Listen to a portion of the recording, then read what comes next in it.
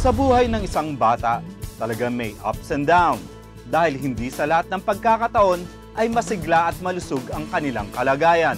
Ngunit may mga panahon kung saan mas madalas nating silang nakikitang nanghihina, matamlay at walang gana sa lahat. Pagka ganito, senyalis na ito na may nangyayaring hindi maganda sa kanilang kalusugan. Ito'y maaaring gawa ng sakit o iba pang mga medical condition tulad ng anemia. So, ang anemia is decreased RBC sa blood. So, kulang yung tinatawag na red blood cell. Yung ang bata, kapag anemic siya, usually yung matamlay, tapos yung walang ganang kumain, tapos sa school, sometimes they cannot perform well. Ang cause niyan is kulang sa intake ng right food.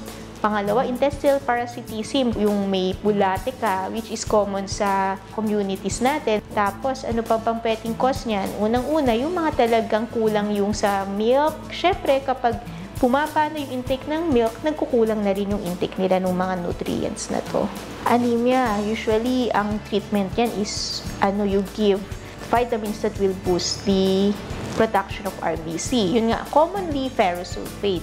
There is what we call folic acid that is also essential in the formation of RBC. It is better that these two nutrients are present for the proper production of the red blood cell. Ang pagkakaroon ng anemia ay isang bagay na di dapat mangyari sa ating mga anak. Buti na lang at may magagawa pa tayo laban dito. Folic acid is a part of the red blood cells that if kulang, mababa rin ang production ng red blood cell. So usually galing ito sa mga green leafy vegetable such as yung ampalaya and then mga fish, no? Usually they help in boosting the production of RBC, thus preventing na magkaroon ng anemia.